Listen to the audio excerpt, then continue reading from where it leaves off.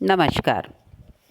हम कोटा विश्वविद्यालय के द्वितीय वर्ष भूगोल के प्रायोगिक पेपर के पाठ्यक्रम का अध्ययन कर रहे हैं और हमारे पिछले ई वीडियो में हमने वितरण मानचित्रों के प्रकार के साथ साथ ही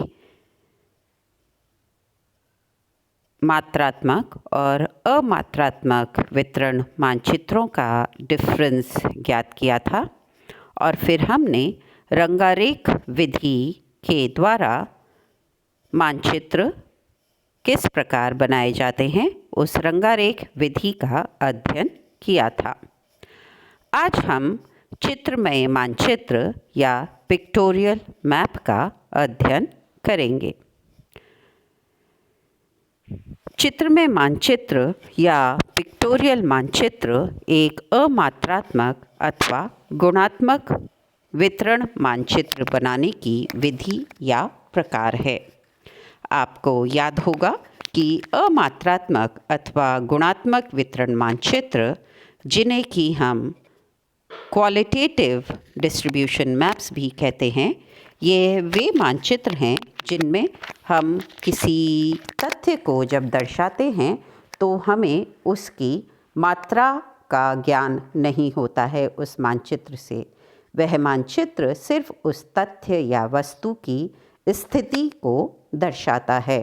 कितना बड़ा है, कितना छोटा है, कितना गहरा है, कितना विस्तृत है या उसका क्या घनत्व है, इस तरह की जो क्वांटिटी या मात्रा है वह इन मानचित्रों से हमें ज्ञात नहीं होती हैं। तो अमात्रात्मक मानचित्र, गुणात्मक मानचित्र या क्वालिटेटिव मानचित्र, जिससे उस मानचित्र की क्वालिटी का ज्ञात हो, मानचित्र में दर्शाई गई वस्तु की क्वालिटी का हमें पता चले, वो दर्शाने वाले अमात्रात्मक मानचित्रों में से एक मानचित्र है चित्रमय मानचित्र या पिक्टोरियल मैप। इस विधि में चित्रों के माध्यम से किसी वस्तु अथवा तत्व का वितरण प्रस्तुत किया जाता है। भूगोल में हम विभिन्न वस्तुओं की स्थिति या वितरण को प्रस्तुत करने के लिए मानचित्रों का उपयोग करते हैं। हर क्षेत्र की अपनी कुछ सांस्कृतिक अथवा भौगोलिक विशेषताएं होती हैं और इन्हीं सांस्कृतिक अथवा भौगोलिक विशेषताओं को जब चित्रों के द्वारा प्रस्तुत किया जाता है उनके वितरण अनुसार, तो वह चित्रमय मानचित्र होता है। इस विधि में जिन वस्तुओं के स्थान, क्षेत्र या वितरण हमको दिखाने होते हैं, हम उन वस्तुओं के वास्तविक फोटोचित्र या फोटो आधारित रेखाचित्रों को मानचित्र पर यथास्थान बना देते हैं। आप याद कीजिए, हमको अगर किसी मानचित्र पर ताजमहल दिखा हुआ होता है तो हम पहचान जाते हैं कि यह आगरा होगा। इसी तरीके से हवा महल की फ़ोटो अगर किसी जगह पर राजस्थान या भारत के मानचित्र पर लगी हुई हो तो हवा महल से हमें पता चल जाता है कि वह जयपुर है। इसी तरीके से राजस्थान के मानचित्र में अगर 84 खंभों की छतरी की फ़ोटो या उसका एक ग्राफ बना हुआ हो तो हम पहचान जाते हैं कि यह बूंदी को दर्शा रहा है। कहीं अगर टाइगर बने हुए होते हैं तो हमें पता है कि ये या तो सवाई माधोपुर होगा या सिरस्का होगा या रणथंबोर होगा या ये कोई ना कोई टाइगर रिजर्व है। राजस्थान में विभिन्न क्षेत्रों या जो प्लेसेस हैं, जो टूरिस्ट प्लेसेस हैं, उनको दर्शाने के लिए वहाँ के जो किले या फोर्ट हैं उनका भी उपयोग किया जाता है। चित्तौड़गढ़ का किला अपनी अलग पहचान रखता है। इसी तरीके से जैसलमेर का किला अपनी अलग पहचान रखता है और आमेर का किला भी अपनी अलग पहचान रखता है। और ये सभी वे दर्शनीय स्थल हैं जो कि अपने इन स्पेशलिटीज़ के कारण अपने शहर की ओर लोगों को आकर्षित करते हैं और अपना जो सांस्कृतिक वैभव है वह दर्शाते हैं। तो इस तरीके से जब उस क्षेत्र की कोई सिग्नेचर प्लेस को या उसके फ़ोटो को या उस पर्टिकुलर प्लेस के डायग्राम को या रेखा चित्र को वैसा की वैसा जब हम हूबहू बना करके दर्शाने की कोशिश करते हैं, जैसे ताजमहल का या तो हम फ़ोटो लगाएंगे या ताजमहल का चित्र बनाएंगे, हवा महल का फ़ोटो लगाएंगे या हवा महल का चित्र बनाएंगे।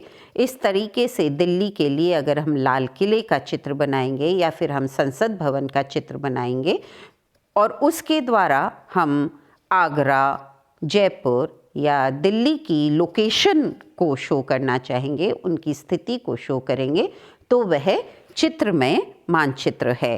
तो इस विधि में जिन वस्तुओं के स्थान, क्षेत्र या वितरण दिखलाने होते हैं, उन वस्तुओं के वास्तविक फ़ोटो चित्र या फ़ोटो आधारित रेखा चित्रों को मानचित्र पर उस स्थान पर बना दिया जाता है। इस प्रकार की विधि या इस प्रकार के गुणात्मक वितरण को जहाँ किया जाता है वे स्पेशल प्लेसेस हैं, दर्शनीय स्थल, पर्यटन केंद्रों, वेशभूषा के प्रकारों, जनजातियों तथा ऐतिहासिक व सांस्कृतिक वैभव को इस विधि के द्वारा दर्शाया जाता है। याद कीजिए कि आप जब छोटी क्लासेस में थे तो आपको भारत की विभिन्न वेशभूषाओं, जो अलग अलग स्टेट्स की वेशभूषाएं होती थी, उनको मानचित्र पर जब दर्शाया जाता था तो एक फ़ोटो बनी हुई होती थी जिसमें उस क्षेत्र की वेशभूषा पहने हुए लोग होते थे। वो कलरफुल फ़ोटोज़ होती थी। गुजरात में अलग होती थी, राजस्थान में अलग होती थी, साउथ में अलग होती थी। जो नॉर्थ ईस्टर्न स्टेट्स हैं, असम वगैरह, वेस्ट बंगाल वगैरह, वहाँ पे अलग अलग तरह की वेशभूषाओं को दर्शाने के लिए वो फ़ोटोज़ लगाई जाती थी। बहुत कलरफुल मैप्स होते थे वो। याद आया आपको? तो इस तरीके से जैसा मैंने कहा कि वेशभूषाओं को इसी तरीके से दूसरी अलग अलग जगहों का खान पान दिखाने के लिए भी मानचित्रों का प्रयोग किया जाता है, इस तरह के चित्रमय मानचित्रों का।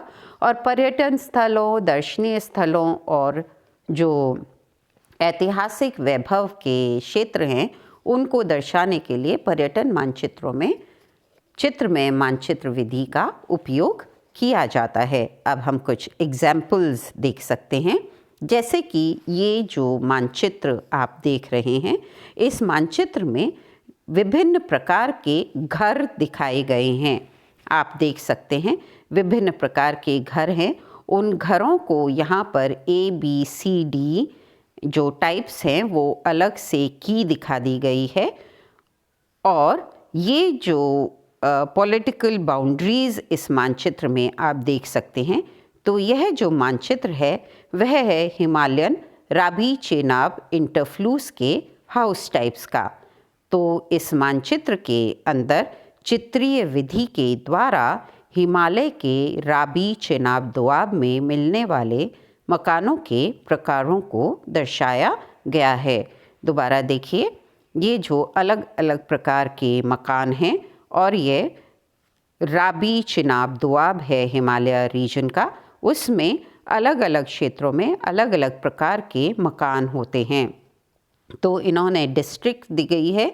ये धौलाधर सब रीजन है, ये धौला दागनी ट्रैक्ट है, ये रावी सुआल वैली है और ये पीर पंजाल जोन है। इन चारों में अलग अलग प्रकार के जो सिग्नेचर हाउस टाइप्स होते हैं वह इस मानचित्र में दर्शाया गया है। तो चित्रीय विधि के द्वारा हिमालय के राबी चेनाब दोआब में मिलने वाले मकानों के प्रकारों को दर्शाया गया है। इसी तरीके से अगला मानचित्र आप देखिए, ये राजस्थान के मेजर टूरिस्ट अट्रैक्शंस हैं। इन मेजर टूरिस्ट अट्रैक्शंस के फ़ोटोज़ को उस जगह लगाया गया है। जैसे चित्तौड़गढ़ में ये जो चित्तौड़गढ़ का विजय स्तंभ आप देख सकते हैं, ये चित्तौड़गढ़ का विजय स्तंभ है। इसी तरीके से अलग अलग जगहों के, जैसा कि मैंने अभी आपको कहा था कि रणथंभौर को अगर दिखाना हो तो टाइगर का सिंबल यहाँ पे बना हुआ है, जिससे कि पता चलता है कि ये रणथंभौर है। तो इस तरीके से अलग अलग क्षेत्रों के जो मुख्य दर्शनीय स्थल हैं, उन दर्शनीय स्थलों के फ़ोटोज़ के द्वारा यह राजस्थान के मेजर टूरिस्ट अट्रैक्शंस को यह मानचित्र दर्शा रहा है। तो इस मानचित्र में राजस्थान के प्रमुख दर्शनीय स्थलों को दर्शाने के लिए चित्रीय विधि अथवा चित्रमय मानचित्र का प्रयोग किया गया है। हम दोबारा समझने की कोशिश करें। यह देखिए, पहले जब टेक्नोलॉजिकल डेवलपमेंट नहीं था तो फ़ोटो को रिड्यूस करके और किसी मानचित्र पर सुपर इम्पोज करना बहुत मुश्किल होता था।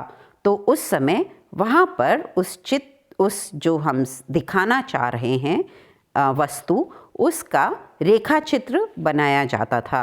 पर किंतु अब कंप्यूटर्स के आने से, टेक्नोलॉजिकल डेवलपमेंट्स होने से और फ़ोटोज़ को रिड्यूस करके, और अब आप अपने मोबाइल्स में ही डिफरेंट ऐप्स को यूज़ करके और इस तरीके के सुपर इम्पोज करके फ़ोटोज़ बना सकते हैं। तो आजकल रेखा चित्रों की जगह ओरिजिनल फ़ोटोज़ को ही वहाँ पर लगा दिया जाता है।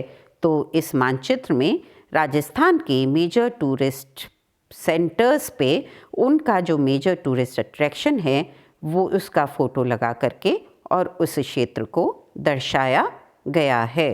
तो मानचित्र में राजस्थान के प्रमुख दर्शनीय स्थलों को दर्शाने के लिए चित्र में मानचित्र का प्रयोग किया गया है। इसी तरीके से हम एक और मानचित्र देखते हैं। यह है भारत का मानचित्र, और इसमें आप देखिए कि जिस राज्य, ये विभिन्न राज्यों को दर्शा रहा है और उस राज्य की जो स्पेशलिटी है उसका फ़ोटो वहाँ पर लगा करके और उसे दर्शाया गया है। जैसे कि पंजाब के लिए स्वर्ण मंदिर का फ़ोटो लगाया गया है, राजस्थान के लिए हवा महल का फ़ोटो लगाया गया है, दिल्ली के लिए कुतुब मीनार का फ़ोटो लगाया गया है, उत्तर प्रदेश के लिए ताजमहल का फ़ोटो लगाया गया है, मुंबई के लिए ये आप देखिए, ये गेटवे ऑफ इंडिया का फ़ोटो है। इसी तरीके से आंध्र प्रदेश के लिए चार मीनार का फ़ोटो लगाया गया है और यह कन्याकुमारी का फ़ोटो इधर लगाया गया है। तो इस तरीके से इस मानचित्र के अंदर उड़ीसा में आप देखिए कि जो सूर्य मंदिर का व्हील है वो दर्शाया गया है। तो इस मानचित्र में भारत के विभिन्न राज्यों को उनके सिग्नेचर अट्रैक्शंस के द्वारा शो किया गया है। तो इस मानचित्र में भारत के विभिन्न राज्यों को वहाँ के प्रमुख दर्शनीय स्थल के चित्र से दर्शाया गया है। आप दोबारा इस मानचित्र को देख सकते हैं। राज्य दिखाए गए हैं, राज्य के साथ ब्लू डॉट्स के द्वारा और ग्रीन कलर के द्वारा उस राज्य की राजधानी दिखाई गई है। राज्यों के नाम रेड से लिखे गए हैं, वहाँ की सिग्नेचर फ़ोटो लगाई गई है और एक डॉट बना करके वहाँ की जो राजधानी है उस राज्य की, उस राजधानी की स्थिति दिखाई गई है ब्लू कलर के डॉट से, और साथ में ही ग्रीन कलर के इंक से उस राजधानी का नाम लिखा गया है।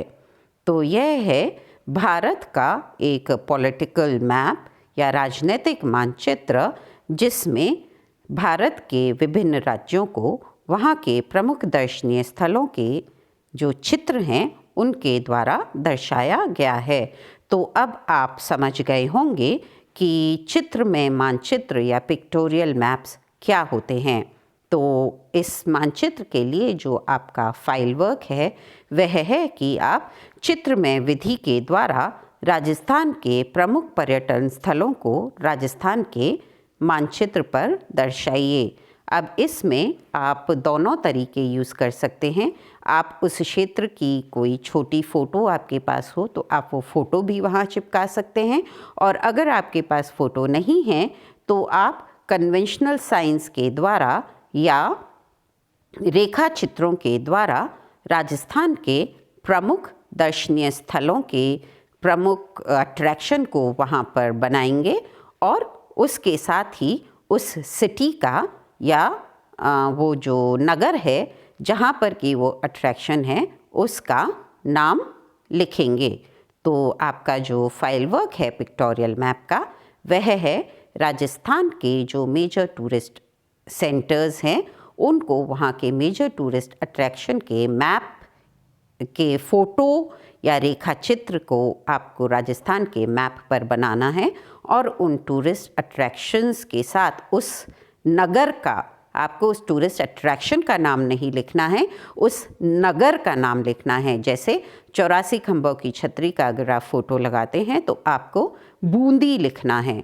इसी तरीके से अगर आप हवा महल का फ़ोटो लगाते हैं या हवा महल का रेखा चित्र बनाते हैं तो आपको जयपुर लिखना है।